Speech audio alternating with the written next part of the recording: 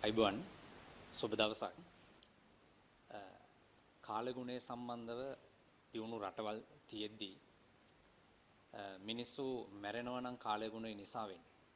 පස්කන්දු නාය ගිහිල්ලා වතුර ඇවිල්ලා මිනිස්සු දරුවෝ ජීවිත විනාශ වෙලා යනවා නම් වහම රජයක් වගකිය යුතුයි. මේ පැරණි කියමන ගොඩාක් පැරණි එකක් නෙවෙයි. අවුරුදු 4ක 5ක පැරණි කියමනක්. මම මේක උපුටා ගත්තේ අනුර කුමාර දිසානායක මැතිතුමා පාර්ලිමේන්තු මන්ත්‍රී වෙලා ඉන්න කාලේ කියපු කියමනක් විදියට.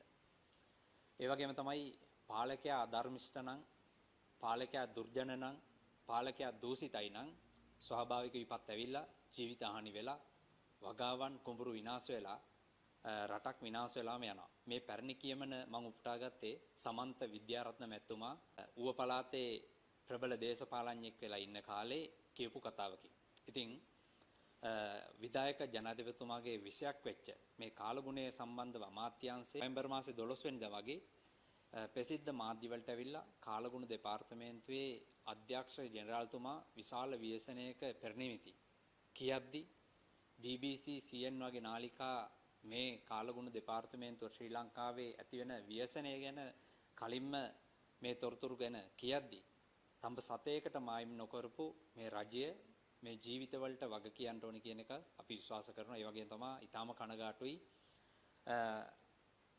දෙසැම්බර් මාසේ 25 වෙනිදා කඩුගන්නාව නායද්දිත් 26 වෙනිදා උදෙත් නළු නිලියෝ ගෙන්නලා ජනාධිපතිතුමා තමන්ගේ විෂය පැත්තක තියලා තමගේ අමාත්‍යාංශයේ එතුමා තමයි ඒ ඇමති ධූරය දරන්නේ.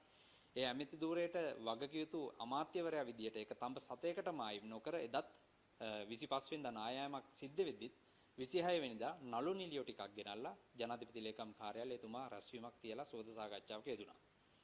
එතකොට මේ අනුතුරට දින 20කට 25කට විතර කලින් කියලත් මේ අනුතුර ගැන තඹ සතේකට මායිම් නොකර දැන් එතුමා මේ වගකීම බාර ගන්නවද නැද්ද? ඒ කියන්නේ එතුමන්ලගේ කණ්ඩායමම විපක්ෂයේ ඉද්දී එවකට රජයන්ට චෝදනා කරා.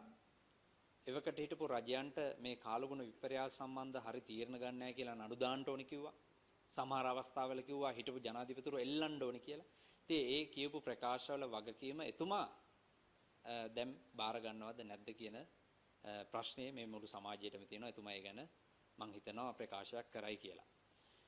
ඒ වගේම තමයි එතුමා බලයට එන්න කලින් සහ එතුමාගේ මැතිවරණ වේදිකාවල එතුමා ජනප්‍රිය කතාවක් කරා. ඒ ජනප්‍රිය කතාව තමයි රනිල් වික්‍රමසිංහ හිටපු ජනාධිපතිවරයා, මහින්ද රාජපක්ෂ, මෛත්‍රීපාල සිරිසේන වගේ ජනාධිපතිවරු, ගෝඨාභය රාජපක්ෂ වගේ ජනාධිපතිවරු ජනාධිපති උපදේශකයෝ තියාගෙන විශාල විදියට ධනස්කන්ධයක් හානි කරා, ධනයක් විනාශ කරා කියලා එතුමා නිතරම කිව්වා. ජනාධිපති උපදේශක අනවශ්‍යයි කියලා කිව්වා. ඉතින් ජනාධිපති කෙනෙක් විශේෂයෙන්ම විධායක ජනාධිපතිවරයාගේ යටතේ තියෙන අමාත්‍යාංශ සහ විශේෂ ශාස්ත්‍ර ගත්තම විශේෂ ශාස්ත්‍ර රටක 10000කටත් වඩා විශේෂ ශාස්ත්‍ර තියෙනවා. එතකොට ජනාධිපතිවරේ ජනාධිපති උපදේශකයෝ තියාගන්නේ මේ සෑම විශේෂ ශාස්ත්‍රයක් ගැනම Tamanට අවබෝධයක් නැති හින්දා.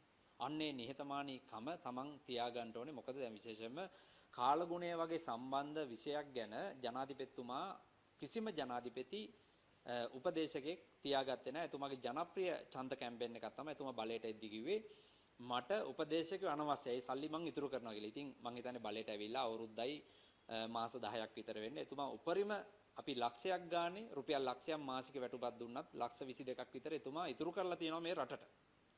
හැබැයි ජනාධිපති උපදේශකෙක් හිටියනම් එතුමට නොවැම්බර් 12 වෙනිදා පණිවිඩයක් එවනවා ජනාධිපතිතුමනි ඉතා විශාල කුණාටුවක් ලංකාවට එනවා ජීවිතහානි දේපලහානි වෙන්න ඉඩ තියෙනවා කියලා. හැබැයි එතුමා මේ රටට එතුමාගේ තියෙන බොහොම උද්දච්චකමට ජනාධිපති උපදේශකයෝ අයින් කරලා එතුමාගේ ඡන්ද කැම්පේන් එක සාර්ථකයි කියලා පෙන්වන්න ජනාධිපති උපදේශකයෝ සියල්ලම මේ වෙද්දි ඉවත් කරලා තියෙනවා. හැබැයි නොවැම්බර් මාසේ ওই 12 වෙනිදා කාලගුණ විද්‍යා දෙපාර්තමේන්තුවේ අධ්‍යක්ෂක ජෙනරාල්තුමාගේ නිල නිවේදනයවත් උපදේශයක් විදියට එතුමට දෙට උපදේශකෙක් හිටියේ නැහැ. ඒ හින්දා දැන් එතුමා කියනවා ඒ සීල වගකීම් පෑරහැරලා දැන් එළියට ඇවිල්ලා කියනවා තහඩුවක් ගියොත් රුපියල් ලක්ෂ 10යි, ගේ හොදගන්ට රුපියල් 25000යි, ෆර්නිචර් වලට හානියක් වුණා නම් ගෘහ භාණ්ඩ වලට හානියක් වුණා නම් රුපියල් 50000යි, ගේ කඩාගෙන ගියොත් ලක්ෂ 50යි, ඉඩමත් එක්ක ගියා නම් කෝටියයි. දැන් අර මේ රටට ඉතුරු කරපු ලක්ෂ 22 වගේද.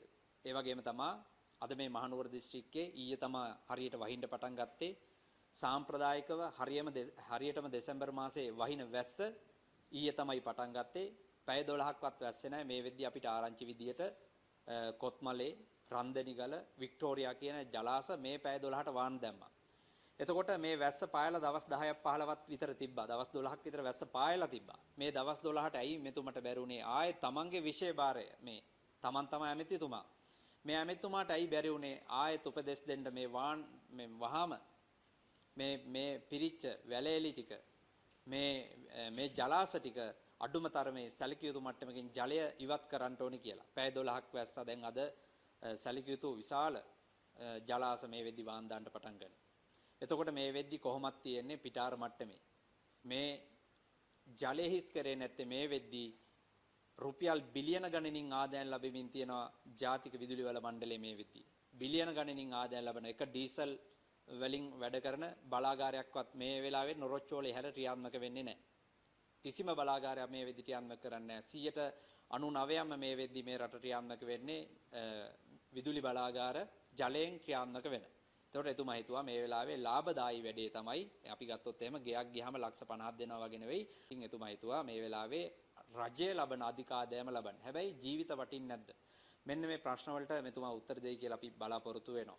ඒ වගේම තමයි මේ රටට ආදරය කරන මිනිස්සු ඉඳලා එතුමාගේ ජාම් වේරිච්ච අවස්ථා ගොඩාක් තියෙනවා. දැන් පළවෙනි එක තමයි දලදා මාලිගාව ශ්‍රී දන්ත ධාතුන් වහන්සේ ප්‍රදර්ශනය කරන අවස්ථාවේදී කිසිම වැඩපිළිවෙලක් නැතුව කිසිම සංවිධානයක් නැතුව ඒ වෙලාවේ තිබිච්ච පළාත් පාලන මැතිවරණ ඉලක්ක කරලා එතුමා ශ්‍රී දන්ත ධාතුන් වහන්සේ ප්‍රදර්ශනය කරා.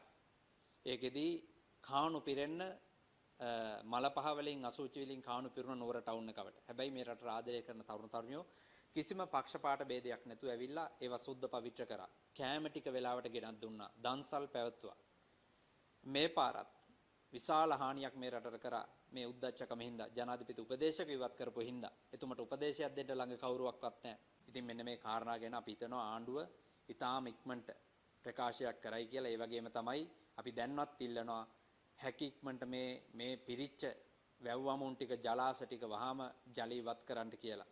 සමහර තැන්වල ගොවි ජන සේවා දෙපාර්තමේන්තු සමහර මහවැලි ඉහළ තනතුරු දරන නිලධාරීන්ට තීරණ ගන්න බෑ තමන්ගේ බාරේ තියෙන ජලාශ ගැන වතුර යවනවද නැද්ද කියලා. ඒවා විදුලි බල මණ්ඩලයෙන් පණිවිඩය එන කල් ඉන්නවා.